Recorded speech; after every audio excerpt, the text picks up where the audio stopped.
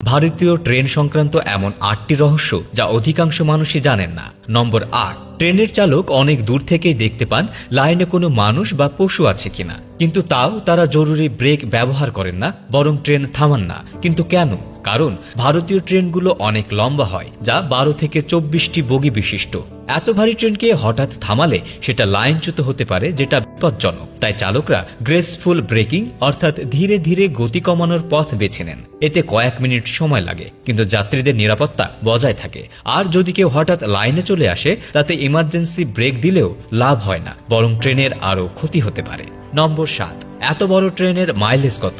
জানলে অবাক হবেন। ১২ বগির একটি ডিজেল ট্রেন প্রতি লিটার জ্বালানিতে প্রায় ৬ কিলোমিটার চলে, আর ইলেকট্রনিক ট্রেন হলে সেটা আরও বেশি কার্যকরী। সেই তুলনায় বাস বা প্রাইভেট কারের মাইলেজ অনেক কম।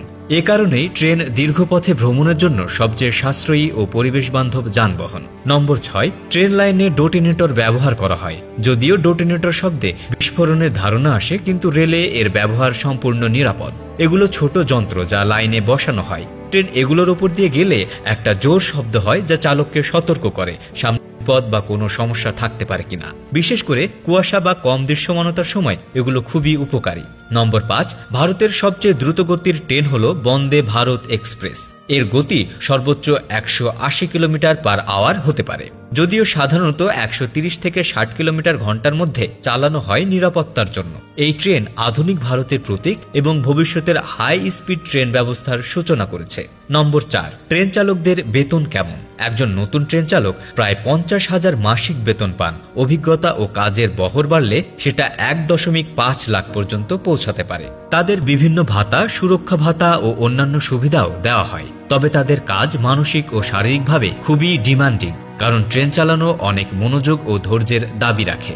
নম্বর ৩, ট্রেনের টয়লেটের বর্জ্য কোথায় যায়? আগে সোজাসুজি লাইনে ফেলা হতো, যা ছিল অস্বাস্থ্যকর ও দুর্গন্ধযুক্ত।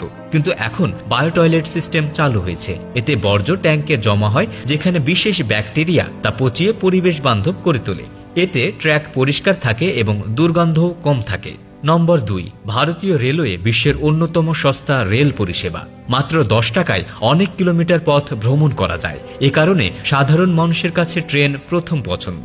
ট্রেনে জেনারেল থেকে এসি সকল শ্রেণীর যাত্রীদের জন্য বিকল্প আছে। নম্বর ১, ভারতের সবচেয়ে দীর্ঘপথের ট্রেন হল ডিব্রুগড় কন্যাকুমারী বিবেক এক্সপ্রেস। এটি ৪,২৭৩ কিলোমিটার পথ অতিক্রম করে, যা সম্পূর্ণ করতে প্রায় ৬২ ঘন্টা সময় লাগে। এই ট্রেন ৮টি রাজ্যের মধ্যে দিয়ে যায় এবং ভারতীয় সংস্কৃতির বৈচিত্র্য, ভাষা, খাদ্য ও জীবনধারা কাছ থেকে দেখার সুযোগ করে দেয়।